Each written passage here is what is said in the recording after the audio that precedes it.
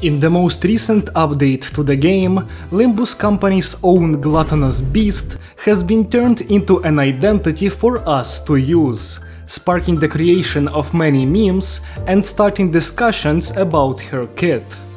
Family Hierarch candidate Ishmael, or Xichun Ishmael for short, is our newest addition to the Rapture team. Her kit is built to be similar to that of Xichun, but Ishmael gets some very interesting mechanics that allow her to slip in and out of the fight and get value from doing so. But while her kit is very unique, the question on everyone's minds is, of course, how good is Xichun Ishmael actually? In today's video I aim to answer this question, by first going over Ishmael's kit and then talking about the ways you can use her in the Rapture team. After that, we'll arrive at a verdict regarding whether you should or should not try to get this identity. But before we do that, I have to tell you that most of my viewers are not subscribed. So if you find yourself coming back to my videos or end up enjoying this one, consider subscribing. It takes just a second and helps me out a lot. Without further ado, let's get back to the Family Hierarch candidate. We'll start with Ishmael's kit. I'll do my best to be brief, but she has a lot of effects. Xichun Ishmael is an identity with fairly low health and an unmodified defense level, meaning she cannot tank at all. Her speed range is average, sitting at 3 to 7. Her sin affinity spread consists of Gloom, Gluttony and Envy, with a Gloom defense. Her first skill is Crimson Strike, which clashes at 16 power with all conditionals fulfilled. It gains up to 2 coin power from Rapture on target and 1 clash power against enemies with 5 or more debuffs. On clash win, Ishmael gains 3 poise and 2 poise count. The coins of the skill inflict 2 Rapture potency and 1 count. And on crit with the second coin, Ishmael gains 1 offense level up next turn. Her second skill is Crimson Phoenix, which has 4 coins, reaches 22 power with both conditionals, and gains coin power from Rapture and other debuffs once again. The first 2 coins of the skill inflict 1 Rapture count on hit and 2 defense level down next turn on crit. The third coin grants Ishmael poise equal to Rapture on the target, with a cap of 5, and on head's hit it also grants poise count equal to Rapture count up to 3. The last coin deals extra damage on crit based on poise on Ish and Rapture on the enemy, and if the coin kills an enemy with a crit, Ishmael gets 3 offense level up next turn. Her third skill is Crimson Spring, which only has 1 unbreakable coin, reaches up to 33 power with all conditionals, and gains attack weight from debuffs on the enemy and launcher on Ishmael. The skill gains 2 coin power for every 3 debuffs on the enemy, up to 6 power, and also gains even more coin power based on Rapture on the enemy. On clash win with Crimson Spring, Ishmael gains 4 poise. The one and only coin of the skill gets a bunch of damage modifiers, both normally and on crit, scaling with poise, Rapture and launcher. It inflicts 5 Rapture on hit, 1 Rapture count on crit, gives the user 2 poise and 1 poise count on crit, and also gives Ish more poise count when killing enemies while critting. Ishmael's defensive skill is Adept Evasion, which reaches 14 power and grants Ishmael poise count on use and poise potency on evade. But the much more interesting part happens on combat start.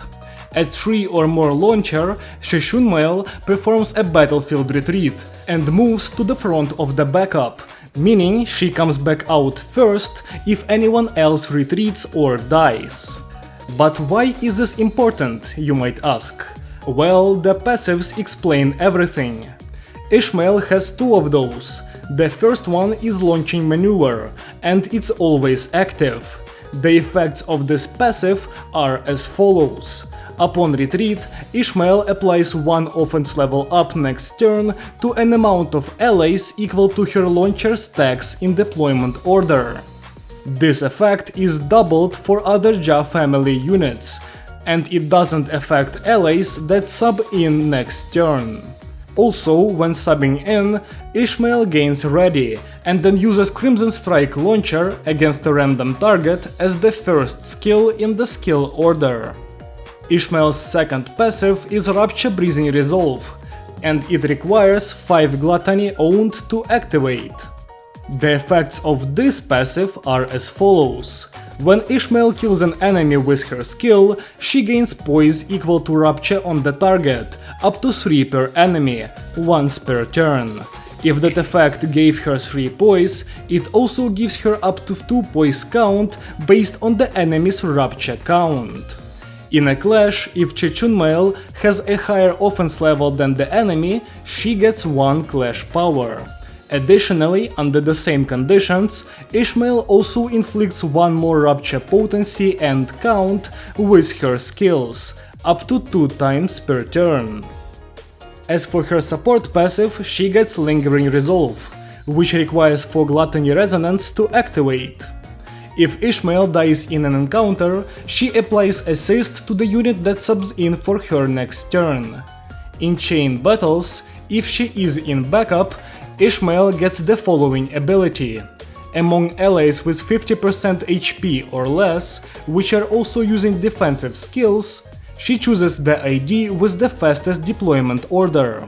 At turn end, that identity recovers from stagger and retreats.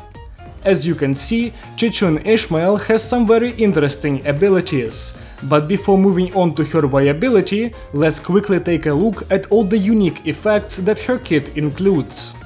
First, we have Launcher and Ready. Launcher is a counter that goes up to 6 and reflects the amount of consecutive turns Ishmael has spent on field. Ready, on the other hand, is the exact opposite and counts the amount of turns she has spent in the backup, up to 3. Next up, Battlefield Retreat is just yet another retreat that works in the same way as all the others. There's not much else to say because you should be familiar with it by now. The last unique effect is Assist, and it's also very simple. It just gives an ally 1 clash power and 10% extra damage against targets with 5 or more negative effects. And finally, now that we're done with her kit, let's take a look at the new Ishmael in Rapture. And right off the bat, let me just rip the band-aid off. She's not that good. Not in a sense where she's bad straight up, but she simply is not a frontrunner in terms of either strength or utility for her team. But how did I get to this conclusion? And why are people calling her the potential woman? Well, let's start with what Ishmael wants to happen so that she gets her perfect scenario. First of all, her skills and passive all want her to clash with the enemy, preferably with an offense level advantage, so that she can get poise, more clash power and become Rapture count neutral with her first and second skill. But she doesn't just want to clash. The Beast of Babylon also wants to kill enemies inflicted with Rapture, preferably with critical hits of her second and third skill. This allows her to get enough poise to sustain her stack, as her basic poise gain is usually pretty lackluster. But outside of these two things, Ishmael also wants the enemies to be inflicted with a wide array of debuffs, which makes her much stronger. As you can see, the new Ishmael needs a lot of things, but sadly it's very difficult to make all of them work at once. And this is exactly why the new identity is the potential woman. On paper, if she gets all of her effects, she can deal great damage, keep critting, go neutral in Rapture count, and hit some filthy 33 power AoE hits, making Xichun Ishmael a force to be reckoned with. But her reality is very different. It's almost impossible to make use of her own kill effects and her debuff stacking conditionals at the same time, as killing enemies requires, well, multiple enemies to be present, and when there's an enemy group, getting multiple debuffs on one of them is a tall order, especially in unfocused encounters. As a result, you're either stuck with crits but low power, or high power but no crits. One of these is better than the other, but we'll get to that later. Because now, with all of the negative things I wanted to say about the identity out of the way, we can start talking about using her in combat. And immediately, there are two ways to place her on a team. Either you give her the rightful place as the 7th member of your squad, or you give her slot 8 and have her wait for the perfect opportunity in backup. If you're starting with her on the field, the way you play her is pretty simple. You always try to secure 5 Gluttony on turn 1 to get all of the Rapture passives up, including Ishmael's. And after that, the game plan differs depending on the type of encounter you're up against. Versus bosses, you want Ishmael to secure clashes, so that she doesn't screw over your Rapture stack, and can also make use of the clash win poise gain effects.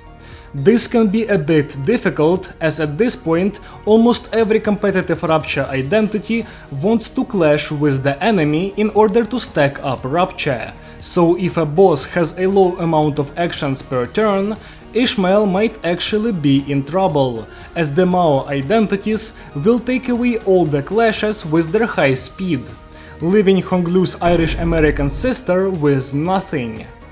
This can be resolved by replacing a C identity on your team with someone like Lantern Dawn, who is not clash reliant, opening up a slot for Ishmael to clash with. Outside of this, boss fights are the encounters where Ish gets to use her debuff stacking conditionals, as the Death Rites alongside Rapture provide her with 3 debuffs on the enemy. 4 if you count Fissure, but that effect doesn't stay for very long. This is also where Deathrite Venom gets to shine, as it can inflict offense and defense level down on activation, granting Ishmael enough debuffs to make her very important skill 2 much stronger. Of course, you will also struggle with poise here, as unless you get lucky and the crits don't proc on some useless skill 1 coins, you will most likely just run out of poise count before you can hit the guaranteed crit with a scaled up skill 3. As for focused encounters against multiple enemies, the game plan for Ishmael is to scavenge for kills whenever she can in order to gain poise, and wait for the opportunity to strike with her skill 3 once you have enough poise and launcher to make the attack incredibly deadly. For unfocused encounters, just closing your eyes and repeatedly pressing P plus enter is probably the best strategy. Now, the second way of using the identity is in slot 8, as your first backup unit.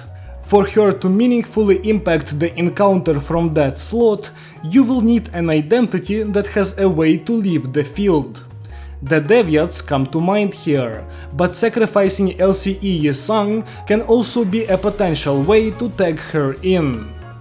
Once your Deviant identity is ready to retreat, you use their defensive skill, tagging in Ishmael from the backup. By this point, Ishmael will have gotten her maximum stack of ready, and as soon as she subs in, she will use Crimson Strike Launcher. I actually didn't talk about this skill in my kit overview, so as not to disappoint you with the low numbers too early into the video. But here it is. Pitifully low power, but it gets a bit better at 3 ready. The skill is unclashable, hits up to 6 enemies, gives Ishmael's 5 poise and 2 poise count, and inflicts 1 rapture on all its targets. To maximize the value of this entry skill, you will need to get at least one enemy to very low health before tagging out your Deviat, allowing Ishmael to swoop in and instantly pick up a kill, potentially getting a semi-decent amount of poise on entry, that can then be snowballed into an actual poise stack, which can then allow Ishmael to easily wipe out 2 enemies with her skill 3. As you could imagine, this approach is more useful on enemy groups, but if you want to run the same thing on bosses, I think sacrificing LCE Yisang to bring in Ishmael early is also a good way to go about it, as she doesn't need the power or attack weight from ready and just wants to start with 5-2 poise before hitting the boss with a Crimson Phoenix, potentially not wasting her poise too early and getting to convert Rapture on the enemy into poise on self with its 3rd coin. So, these are the 2 ways to use the identity. You could likely come up with more, but I really don't want to spend more time looking into how you can maximize the value of an ID that just isn't worth it. So, before we move on to the verdict, let's also touch up on her support passive. I personally am not a fan. I'd rather have a half-dead identity at 45 SP on the field than to have it tagged out for a different ID that has lower sanity but more HP. This is especially problematic with the Heisho identities, specifically Faust, as they like using their defensive skills quite often, and if Ishmael is in the backup during a fight that spams unbreakable coins, she can just tag out a Heisho that's looking for a mid-fight reducer, leaving you without a very powerful identity for no reason. You can avoid this by just not getting for Gluttony Resonance, but honestly, the better way to avoid this is by not having Ish in the backup of those fights. Overall, Xichun Ishmael is an identity that has a ton of potential, being able to do some crazy things on paper. But of course, in actual gameplay, she is far from the powerful Rapture identity you might think she is.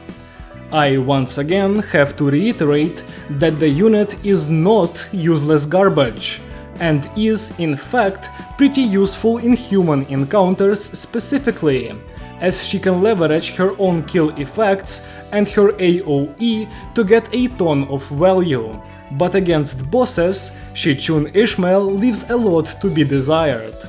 In a way, she reminds me of Barbar Otis, and considering the reference to other Ja family identities in her kit, she might end up having the same fate. She's pretty underwhelming on release, but with more identities being added to the team and to her faction, she might actually get enough synergies to make her worth taking into a wider array of encounters. However, just as easily, she might be paying for the sins of Mao Faust, and she might be doomed to be underpowered for the rest of time. I think time will tell which statement is closer to the truth. But for now, should you get Xichun Ishmael? I think not. She doesn't make the Rapture team much stronger, and I personally believe she is definitely not worth the resources for now, especially with Walpurgisnacht coming very soon. As always, if you disagree or have something to add, feel free to leave a comment below, and I will read all of them. If you enjoyed the video at any point, leave a like to let me know, and if you want to see more content like this, consider subscribing. Thank you so much for watching, and I hope to see you again soon. Goodbye!